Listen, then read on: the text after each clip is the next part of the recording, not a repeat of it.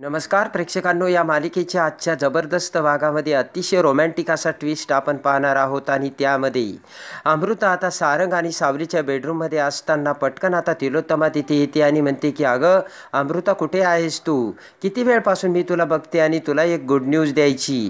तेव्हा आता अमृता म्हणते काय? तर तिलोत्तमा म्हणते की तुझी आणि त्या मुलाची पत्रिका जुळते आणि तो मुलगा, मी त्याची चौकशी केली तर तू खरंच खूप चांगला मुलगा आहे, एज्युकेटेड आहे आणि खूप चांगलं कमवतो देखील. त्याचे आईवडीलसुद्धा खूप चांगले आहेत. आता तिलोत्तमा म्हणते की मला असं वाटतं की तू त्यांच्या घरात ना अगदी योग्य प्रकारे राहशील आणि खूप खुश राहशील, आणि तसाही जर काही प्रॉब्लेम आला तर आम्ही तुझ्या पाठीमागे खंबीर उभा आहोत, असे तिलोत्तमा आता अमृताला बोलते. आता हसतच तिलोत्तमा म्हणते की मग अमृता, तुझा होकार कळवायचा ना.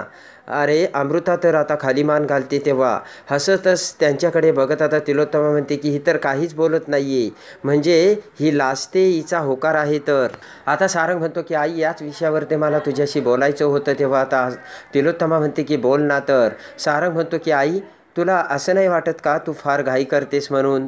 ती ऐकतेच आता तिलोत्तमाचा चेहरा पडतो. तिलोत्तमा म्हणते की अरे असं तुला वाटतंय, पण ती कुठे आहे? तिला कुठे वेळ हवा आहे? ती असं काहीच नाही बोलत ना रे सारंग. तिलोत्तमा म्हणते की हे बघ, यासाठी जर तिला वेळ हवा असता तर तिने मला सांगितलं असतं. तिलोत्तमा आता अमृताला म्हणते की ती शांत आहे म्हणजे तिचा होकार आहे, मी कळू ना त्यांना, असे तिलोत्तमा आता अमृताला बोलते. आता सावली म्हणते हे बघा तिलोत्तमा मॅडम, त्या तुम्हाला घाबरतात म्हणून काही बोलत नाहीयेत. तिलोत्तमा म्हणते की असं आहे का? म्हणजे तू नाही घाबरत आणि ती बोलायला घाबरते, असं आहे का? तेव्हा आता सावली म्हणते की हे बघा राजकुमार सरांना त्या दिवशी मी रस्त्यावर काम करताना बघितलंय. तिलोत्तमा म्हणते हे बघ, त्या मुलाचं माझ्यासमोर नावही घेऊ नकोस. सारंग म्हणतो हे बघ आई, राजकुमार दादाचं मला माहिती नाही, पण हा प्रश्न ना अमृता वहिनीच्या आयुष्याचा आहे. तेव्हा आता तिलोत्तमा म्हणते की बरोबर आहे, मग तिने केली आहे ना तयारी आणि तिचासुद्धा होकार आहे. तिलोत्तमा म्हणते की ती नाहीच बोलणार आणि ती मला कसं सांगेल की मी लग्न करायला तयार आहे म्हणून. तिलोत्तमा म्हणते की मला माहिती आहे, मी जर लग्नाचा हिचा विषय काढला तर तुम्ही माझ्या विरोधात जा, पण मी अमृताच्या भविष्याचा विचार करते आणि काही जरी झालं तरी तिचं भविष्य हे चांगलं असायला हवं. तेव्हा आता सावली अमृताला म्हणते की हे बघा वहिनी, आता तरी तुम्ही काहीतरी बोला, आणि जर वेळ निघून गेली तर मग सगळं काही हातातून जाईल. आणि ते ऐकताच आता अमृता म्हणते की आई मला माफ करा, पण मला नाही वाटत की एवढ्या लवकर मी या लग्नाला तयार आहे म्हणून. अमृता म्हणते की माझ्या आयुष्यात जे काही घडलंय ना त्यामधून मी अजूनही पूर्णपणे बाहेर पडलेले नाहीये.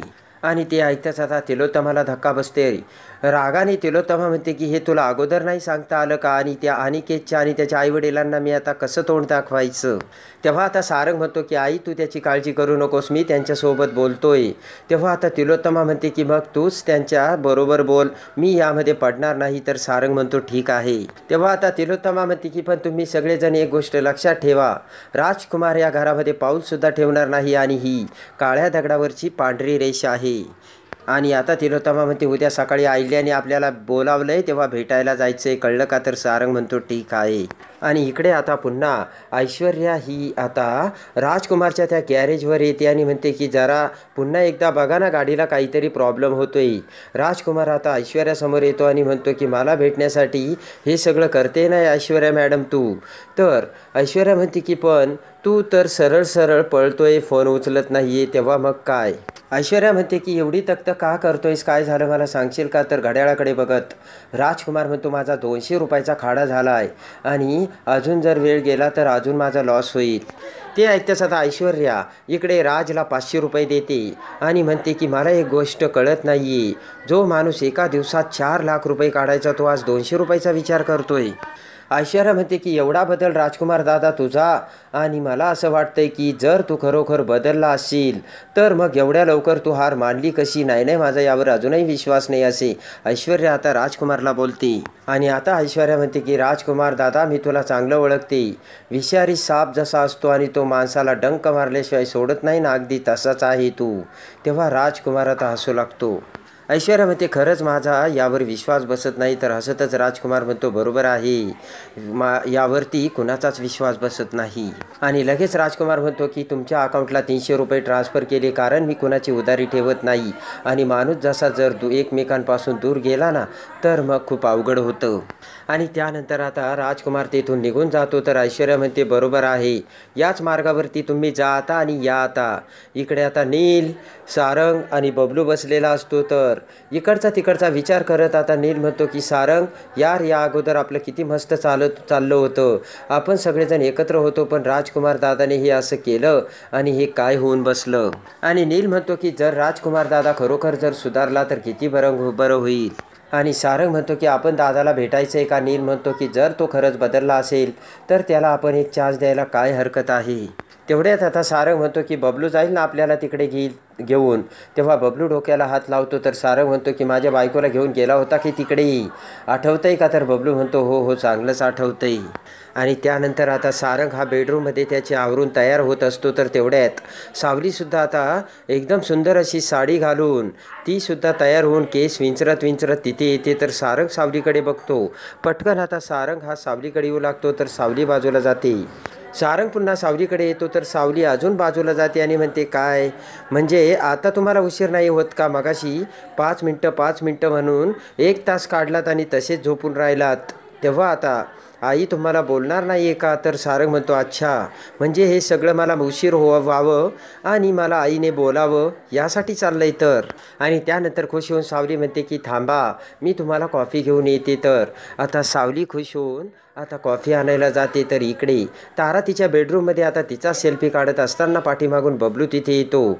आणि लगेच आता ताराकडे बघत बबलू म्हणतो की हे तुम्हाला चांगलं जमतंय तारा मॅडम. तारा म्हणते की एवढं काय, त्यात सेल्फी तर काढत होते. तारा म्हणते की बोलणारे बबलू काय काम आहे. तेव्हा आता बबलू म्हणतो किरणला प्रपोज करायचं आहे आणि त्यासाठी योग्य वेळ कोणती आहे ते तुम्ही सांगा. तारा म्हणते यापेक्षा ती चांगली वेळ कोणती असेल बबलू. तर बबलू म्हणतो की असं आता तिच्या मनात माझ्याविषयी काय आहे हे कसं ओळखायचं. बबलू म्हणतो की जर मी प्रपोज केलं तर माझ्या आयुष्यात असा आशेचा किरण पुन्हा तयार होईल. तारा म्हणते ठीक आहे, मी तुला मदत करायला तयार आहे. तर माझी एक अट आहे, तू माझं काम केलं तर मग मी तुझं काम करेल. तर बबलू म्हणतो बोला.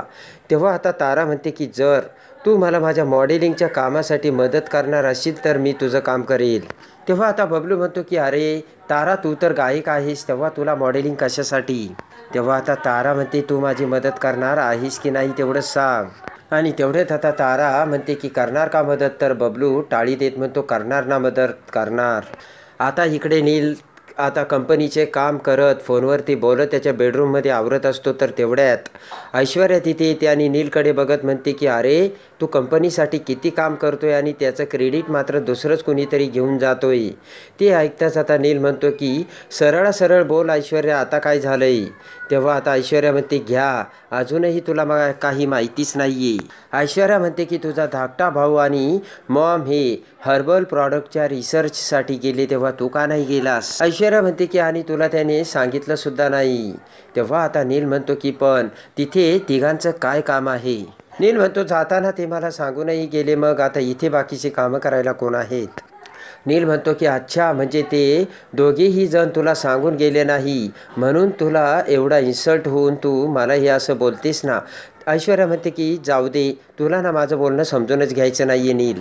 आणि त्यानंतर इकडे आता नील म्हणतो की हे बघ ऐश्वर्या, आता तू हळूहळू एकटी पडायला चाललीस हे तुझ्या लक्षात यायला लागलं. तुला मी एक गोष्ट सांगू का. आणि नील म्हणतो की हे बघ, जर राजकुमार दादा हळूहळू खरोखर सुधारायला लागला असेल तर तुझ्यासाठी हे घातक आहे, बरोबर ना. ऐश्वर्या म्हणते राजकुमार सुधारणार की नाही सुधारणार हे काळच ठरवेल. इकडे आता सारंग त्याचे आवरून जात असताना पटकन आता सावली ही सारंगसाठी डबा आणून देते आणि पाण्याचा ड्रमही देते. सावली म्हणते की या तुमची आवडती आळूवडी आहे, कशी झाली ती मला सांगा, मी स्वतः बनवली. सारंग म्हणतो की अगं तू बनवली ना, मग सुंदरच असेल.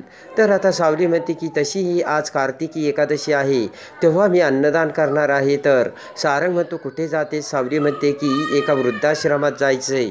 सारंग म्हणतो मी सुद्धा आलो असतो पण मला मीटिंग आहे तेव्हा जावं लागेल सावली. आणि त्यानंतर पटकन आता सावली ही किचनमध्ये येते आणि तिने आता त्या वृद्धाश्रमामध्ये अन्नदान करण्यासाठी आता खिचडी बनवलेली असते.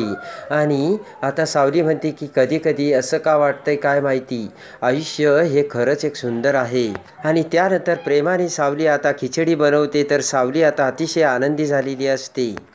आणि त्यानंतर आता इकडे सावली ही आनंदाने खिचडी तयार करून त्यावरती आता झाकण ठेवून बाहेर जाता क्षणी ऐश्वर्या तिथे येते आणि तिने आता कागदामध्ये पावडर आणलेली असते आणि पटकन कोणी नसताना आता ऐश्वर्या त्या खिचडीचं झाकण उघडून त्यामध्ये ती पावडर टाकते आणि ती खिचडी हलवून घेते. त्यानंतर खुश होत ऐश्वर्या विचार करते की आता अन्नदान करायची तुला खूप आवड आहे आणि स्वतःचं नाव मोठं करण्याची तुला खूप सवय आहे ना. आता जो कोणी ही खिचडी खाईल ना त्याचे असे काही हाल होतील की पुन्हा तू कधी अन्नदान करण्याचं नावच घेणार नाही असा विचार आता ऐश्वर्या करते. आणि त्यानंतर आता त्या खिचडीचं पातेलं ॲटो रिक्षातून घेऊन सावली आता वृद्धाश्रमाच्या समोर येते. त्यानंतर सावली त्या ॲटो रिक्षातून ते खिचडीचं पातेलं आता खाली घेऊ लागते पण सावलीला ते पातेलं उचलत नाही. तर तेवढ्यात एक आता पांडुरंगाच्या वेशात पांडुरंगच आता एका मुलाचं रूप घेऊन तिथे येतो आणि सावलीला ते पातेलं उचलून आता मदत करतो. त्यानंतर आता तो मुलगा आणि सावली ते खिचडीचं पातेलं घेऊन वृद्धाश्रमात येतात आणि तिथे आता सगळ्या लोकांची पंगत बसलेली असते. तर मोठ्या प्रेमाने आणि भक्तिभावाने सावली आता ती खिचडी त्या सगळ्या माणसांना वाढते. सगळे माणसे आता ती खिचडी खाऊ लागतात. तर तो मुलगा आता त्या खिचडीच्या पातेल्या शेजारी बसत आता सावलीकडे बघू लागतो आणि त्या मुलाने आता सगळ्यांना खिचडी वाटलेली असते. तर प्रेमाने तो मुलगा आता सावलीकडे बघतो तर सावलीसुद्धा खुश होऊन त्या मुलाकडे बघते.